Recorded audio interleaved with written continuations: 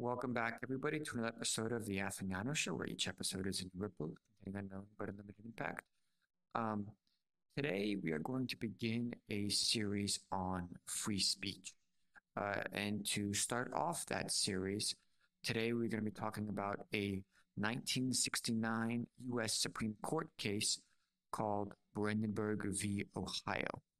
Now, for some context in the case started when a KKK member named Clarence Brandenburg invited a reporter to come to a KKK rally in Hamilton County, Ohio. Uh, the reporter and a cameraman attended the rally and shot footage that was then shown on national and local broadcasts. The footage showed members of the KKK burning crosses and Brandenburg saying derogatory things about Jews and Black people. Brandenburg was recorded saying that white people have been suppressed and that vengeance may have to be taken. He also said that Black people should go back to Africa and Jews should go back to Israel, of that effect. Um, Now, according to the Ohio Criminal Syndication Statute, which was enacted in 1919, um, Brandenburg's speech, which was recorded on the film, violated that law. And so the state of Ohio charged him with two counts. The first count was that he, quote, did unlawfully by word of mouth advocate the necessity or propriety of crime, violence, or unlawful methods of terrorism as a means of accomplishing political reform. The second count they charged him with was that he, quote, did unlawfully, voluntarily assemble with a group or assemblage of persons formed to advocate the doctrines of criminal syndicalism. Now, as a result of these two charges, Brandenburg was fined $1,000 and sentenced to 10 years in prison. And as you can see, basically his crime amounts to advocating for violence to achieve political means.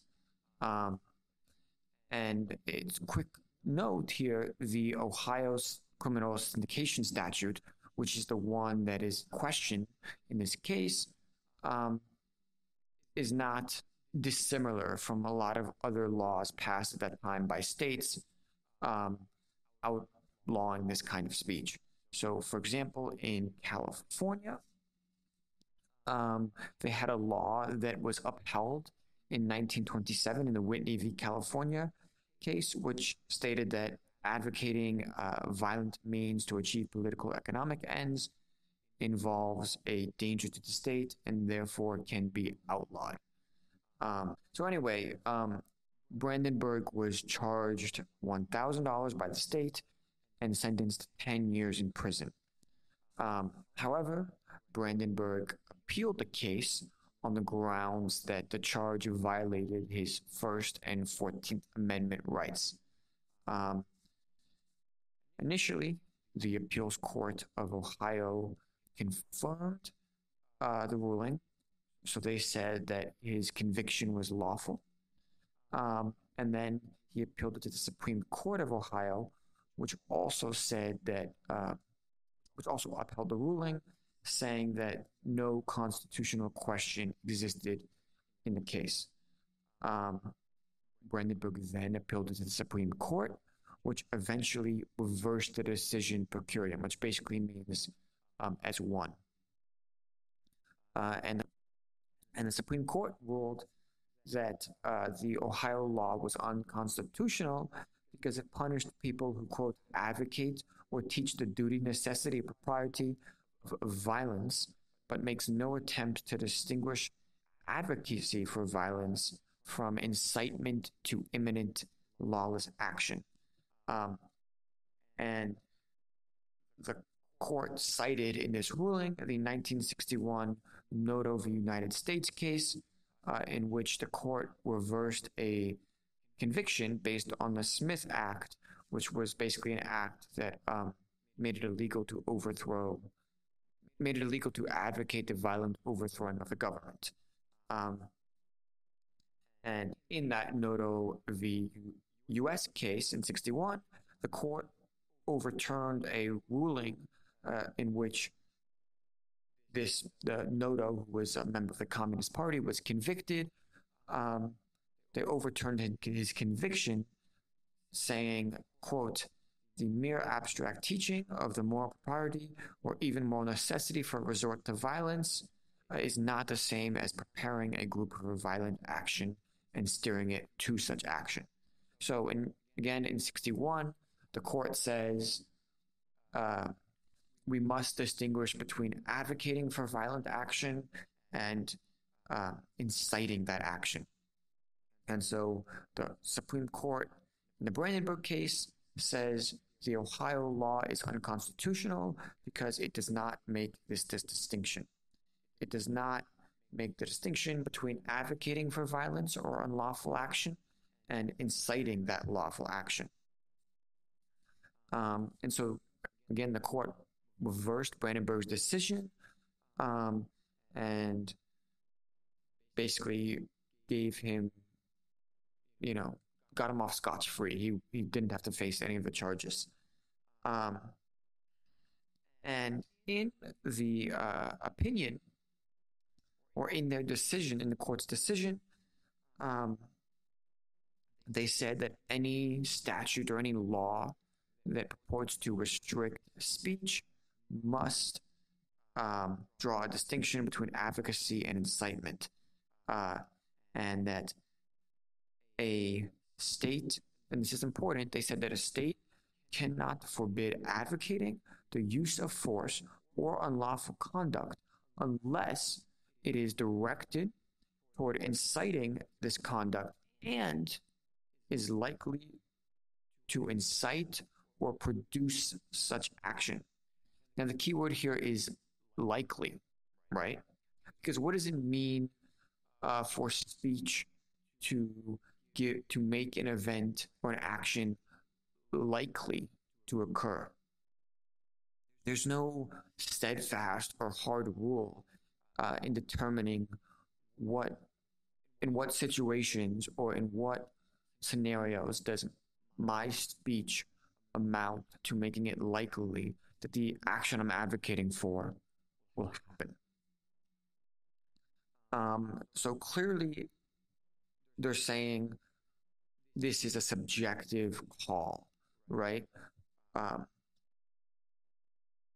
Whether or not you can be convicted on charges that your action violates the law, that your speech violates the law, is going to be a very subjective judgment up to the court. Because what speech I deem to be likely to entail that such an action takes place may be very different from what you think, or what speech you think necessitates that such an action is likely to occur. And so consider a hypothetical example for you to think about.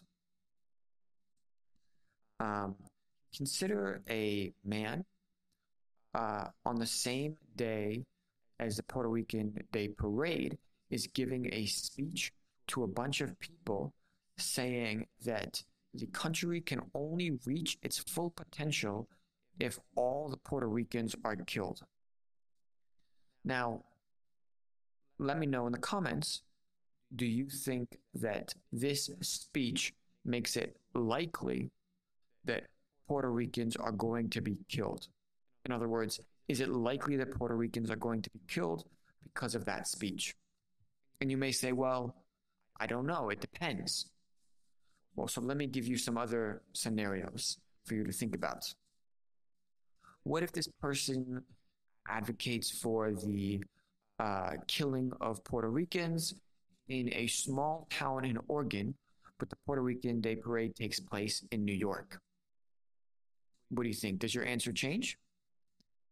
Now, what if he says that in upstate New York, but the Puerto Rican Day Parade, is in New York City? What is your answer now? Does it change? And what if he says it in Brooklyn, but the parade is happening in Queens? Does that affect your answer? And then one more. What if he says it right next to the place that the parade is happening, or when the parade is happening right next to it? Well, I think most people would agree that that last case definitely makes it likely that somebody will go out and kill Puerto Ricans or attack Puerto Ricans because of his action. But again, there's no way to really define what makes a speech likely to produce an action. It's totally a judgment call. And what that means is that in deciding specific cases uh, of speech being against the law or within the constraints of the First Amendment, it's going to come down to rhetoric. It's going to come down to persuasion. It's going to come down to argumentative ability, right? How well can the person arguing the case make the argument that his client was within the limits of the First Amendment, such that his speech did not necessitate that such an action was likely to occur. Right? It's always possible that such an action will occur, but that's not the question here. Like, possible is not the question. It's likely. That's very different than possible. But it's also not that different, because how do you distinguish between possible and likely in real terms, right? I could argue for this case where he says it in upstate New York, but the parade is in New York City, that it's possible, certainly possible, that people will drive down to New York City and start attacking Puerto Ricans. But is it likely? That's a very abstract, uh, distinction.